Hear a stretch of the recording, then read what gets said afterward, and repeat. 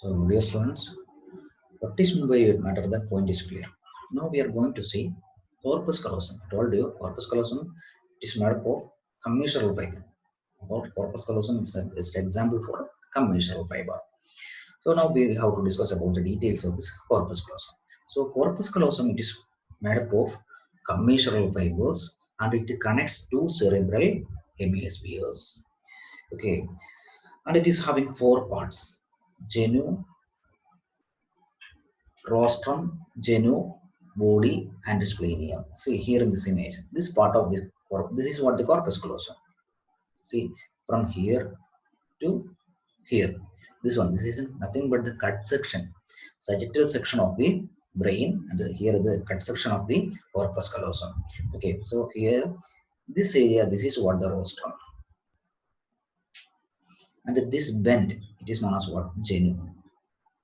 Bend is known as the genu. So rostrum continues with the bend known as the genu, then body. Then this posterior thickest part, this is what the splenium. Okay, so corpus callosum it is having, what is meant by corpus callosum? Corpus callosum actually is a fibrous band. That band it is made up of fibers. Okay, connecting to cerebral hemispheres. So it is made up of what type fibers?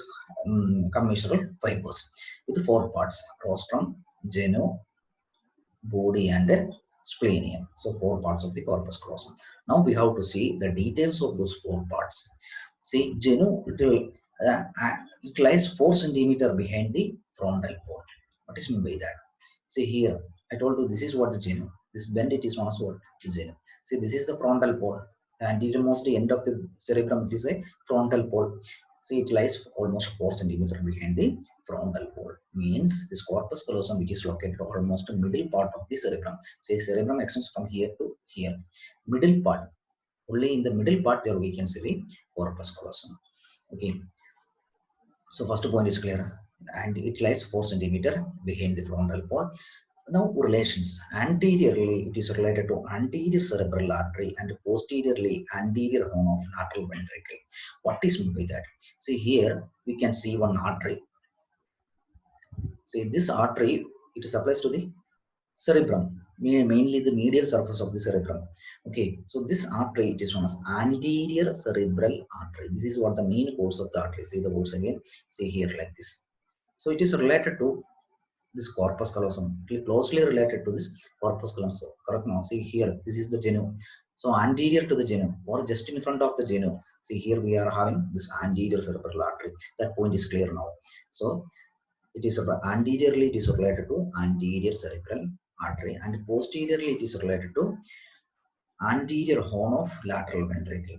So what is meant by lateral ventricle? What are the parts of the lateral ventricle? Lateral ventricle, it is a cavity seen inside the cerebrum. See this model. See here, this colored area, this is what the corpus callosum with the rostrum, genu, body, and spleen. Now here you can see a space or a cavity.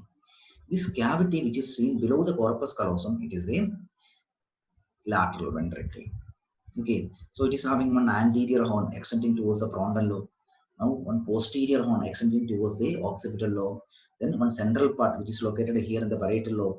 Okay, so anterior horn, posterior, anterior horn, then central part, then posterior horn. Then it is also having one downward extension. It is the inferior horn towards the temporal lobe. Okay, so what are the parts of that lateral ventricle? What is meant by lateral ventricle? Lateral ventricle means it is a cavity seen inside the cerebrum with the 3 horns: anterior, posterior, inferior, and one central part. So here, imagine this is this area. This is what the anterior horn of the lateral ventricle. So this is a rostrum. So, sorry, this one is a genu. This one is a genu. So posterior to the genu, here we can see this ventricle. Correct now. So this ventricle, anterior horn of the ventricle. So posteriorly it is related to anterior horn of the ventricle. Anteriorly here we are having a artery that was a anterior cerebral artery. So points of the genu is clear now.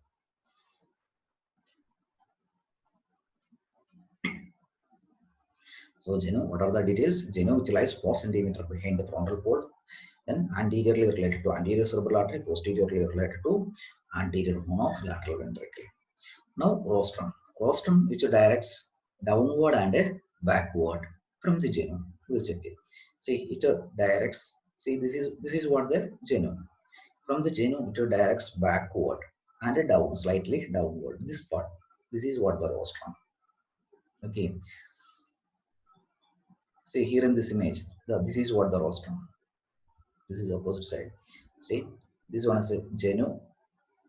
This is the rostrum. So this is the occipital pole or occipital lobe.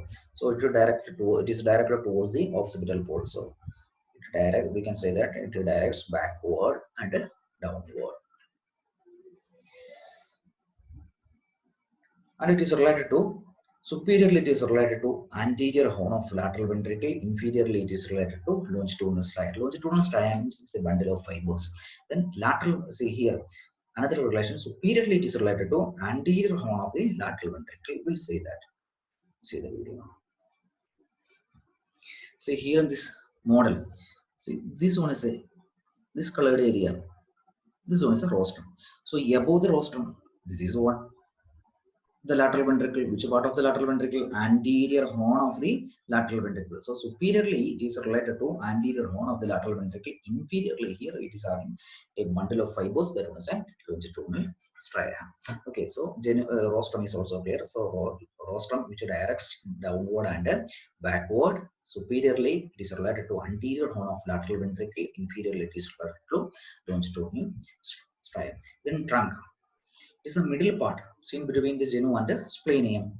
Is it correct? We'll check it. See, it is this area. It is the middle part. This is what the body. It is the middle part of the corpus callosum, correct? Seen between this genu and the splenium. So that point is clear. It is the middle part seen between the genu and the splenium. See, superior surface is related to anterior cerebral artery and lower border of the false cerebri. So what is meant by that? See, this is what the body. Above the body, here we are having the anterior cerebral artery, correct? I told you this anterior cerebral artery, it is related to this corpus callosum. We can say that it is completely related to this corpus callosum.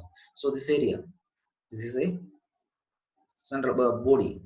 Okay, this body, above the body here we are having this anterior cerebral artery. That relation is clear. Now another one, lower border of the false cerebri. So first we should know what is meant by false cerebri. False cerebri means it's a fold of dura mater. Dura mater, what is that dura mater? This brain, it is covered with the meninges. Meninges is having three layers: dura mater, arachnoid mater, pia mater. So imagine these are the two cerebral hemispheres. Nice. Before going to this, and this dura mater is having two layers. Dura mater is having two layers. So imagine these two paper pieces, two layers of dura mater. Okay, see like this. It is seen as a single sheet. This is seen as a single sheet. It's having two layers like this. Okay, the inner meningeal layer. This inner layer. So imagine this is the outer layer, and this one is a the second paper piece. It is a inner layer. Okay, this inner layer sometimes it shows foldings like this. Just a minute. See like this. This type of foldings are known as what? Dural folds. So dura mater means it's a layer of meninges. It is having two layers. The dura mater itself is having two layers. Outer layer, outer endosteal layer, and the inner meningeal layer. This meningeal layer shows some foldings like this. Okay.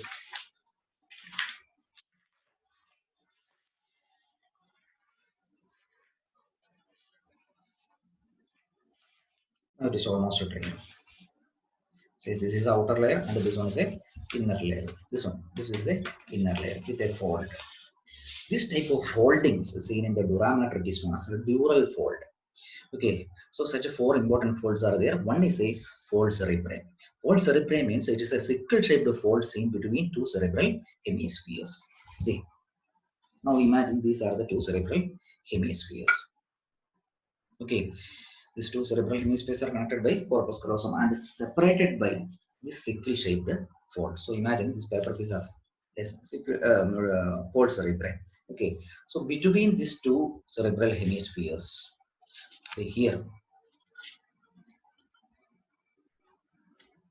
See, almost like this. Here we are having a sickle-shaped fold. See, the sickle-shaped fold, I'm going to place it here between these two cerebral hemispheres. Okay, now I'm going to remove this.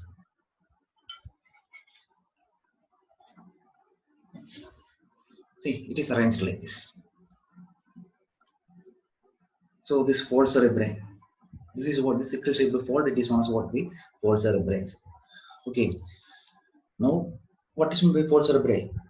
Okay, so clear now. It is a fold of dura mater. It's a sickle shaped fold of dura mater with two borders, one superior border and one inferior border.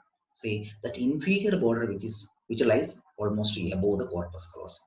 So body immediately, see, this is what the body of the corpus callosum. So immediately above the body here we are having the anterior cerebral artery. Above that we are having the false cerebrae. Which part of the false cerebrae is a lower border or inferior border of the false cerebrae, and there we are having a sinus. Sinus means a space. Okay, a space is seen inside that fold, that one is a inferior sagittal sinus. Okay, so those are the some of the important relations of the body. So superiorly it is related to anterior cerebral artery. We'll see that. See, body superiorly anterior cerebral artery and lower border of the false cerebrae. Just now we saw the lower border of the false cerebrae. Then inferiorly it is related to, or it is connected to the septum pellucidum. Okay, and the fornix. Septum pellucidum. See, actually, see, this is what the shape of the corpus callosum: rostrum, genu, body, spleen. See, almost like this. See, here on the central part, there we are having a septum like this. Inferior surface. See, this is the inferior surface of the corpus callosum. And there we are having a septum like this. My hand, imagine my hand as a septum. Okay, see like this. Exactly in the middle, there we are having a septum. That is what the septum pellucidum. So inferior surface is connected to septum pellucidum, and the lower part of the septum pellucidum is having a thickened part. It is known as what? The fornix. So inferiorly it is connected to septum pellucidum and fornix. Okay, not only that, if you are moving towards the sides, see, I told you. So this is a model of the corpus callosum. This area, this is what the body. Exactly in the middle, there we are having the septum pellucidum. Okay, see, in the middle part. See, here we are having the septum pellucidum. Okay, if you are moving towards the sides, lateral sides, only the middle part we are having the septum. If you are moving towards the sides, there we are having the lateral ventricle, central part of the lateral ventricle. We'll see that. See, this is the body. Okay, see, here we can see this continuation of this cavity. See, this part of the cavity is known as what? The central part. So this is the anterior one. Now here this part, this is a central part. So inferiorly this corpus callosum, it is related to central part of the lateral ventricle, and a septum, it is known as the septum pellucidum. See the difference? Septum pellucidum, which is seen exactly in the midline. If you are moving laterally, then only we can see the central part of the lateral ventricle. Okay, so the body is also clear. Then the last part, it is a splenium. Splenium, it is the posterior thickest part of the corpus callosum. See, this posterior part, posterior thickest part of the corpus callosum, it is what? A splenium. Okay, now we'll see what are the relations. Inferior surface is related to tila choroidea, pulvinar, pineal body, and tectum of the midbrain. See, this part of the midbrain. See, this is what the midbrain. This part of the midbrain, that is what the tectum. So inferiorly it is related to tectum, and here we are having the pineal gland. So inferiorly it is related to those structures. Okay, then pulvinar nucleus. Okay, we'll discuss those things later. Okay, so inferiorly it is related to this pineal gland, tectum, and pulvinar nucleus. Then tila choroidea, it's nothing but we'll discuss those things later. Okay. So inferiorly it is related to tila choroidea of the third ventricle, then pulvinar nucleus, then pineal gland, and a tectum of the midbrain. Superiorly it is related to inferior sagittal sinus and a false cerebrae. I told you false cerebrae. What is that false cerebrae? It is a fold of dura mater.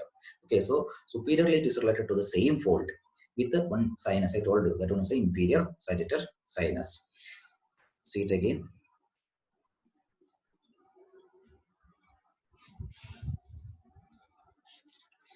See, now this part, this is what the splenium. So superiorly, again, the same fold. See, almost like this. So superiorly it is related to false cerebri, inferior border of the false cerebri. And I told you here it is having along the inferior border. See, along the inferior border, see, I told you it is having two borders, one superior border and one inferior border. Along the inferior border, there we are having a space, dural venous sinus. To say that space, it is for what? It is for the accumulation of the venous blood. So it is not venous sinus. Where it is seen, it is seen inside the dura mater. So the full name of the sinus is dural venous sinus. It is seen inside the dura mater, so dural, and the venous blood is accumulating there. So venous, then it's a space. So dural venous sinus, and it is seen in the sagittal plane. So dural venous sinus. So so many sinuses are there. Okay, so many dural venous sinuses are there. One among that is the inferior sagittal sinus. Why it is known as inferior sagittal sinus? It is seen in the sagittal plane. In the sagittal plane, two are there. One is superior, the other one is inferior. So inferior sagittal sinus. It is seen along the lower border of the false cerebri. So superiorly it is related to inferior sagittal sinus and false cerebri. Posteriorly it is related to another sinus. It is a straight sinus and pre-margin of the tentorium cerebelli. Tentorium cerebelli means it's a tent-shaped fold. See, almost like this. Above that, which separates the cerebrum from the cerebellum. So here comes the cerebellum, above, here comes the cerebrum. So this cerebrum, which is separated from the cerebellum by a tent-shaped fold, then it's a tentorium cerebelli. So posteriorly it is related to tentorium cerebelli and straight sinus. Okay, so those are the some of the important relations or important features and relations of this corpus callosum. So where we start. See, what is meant by corpus callosum?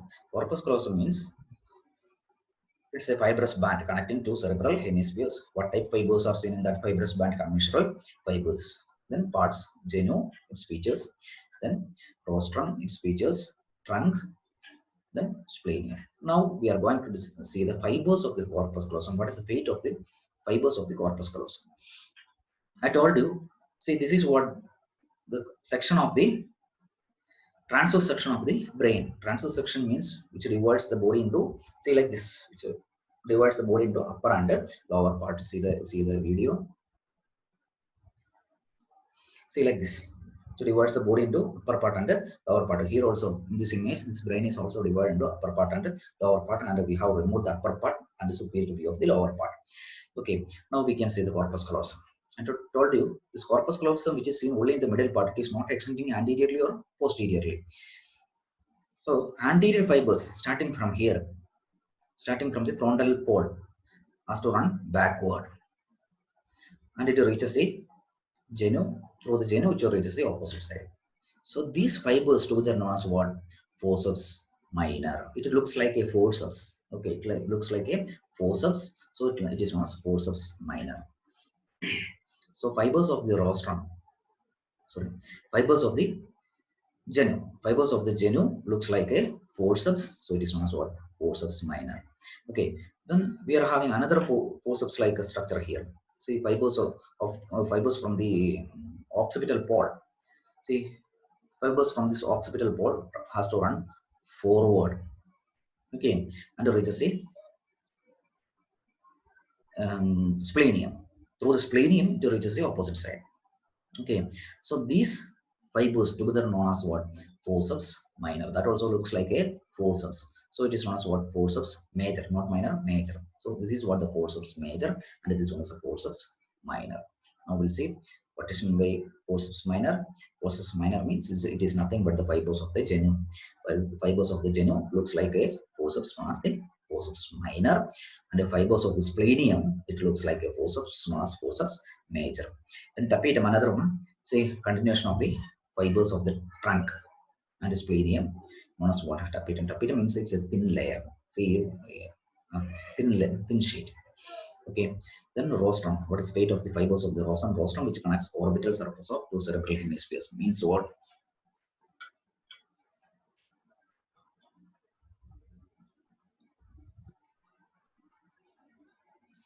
See, fibers of the rostrum. See, I told you, see, cerebrum, it is having inferior surface, supralateral surface, then medial surface, and the inferior surface. See, these are the two inferior surface of right and left hemispheres.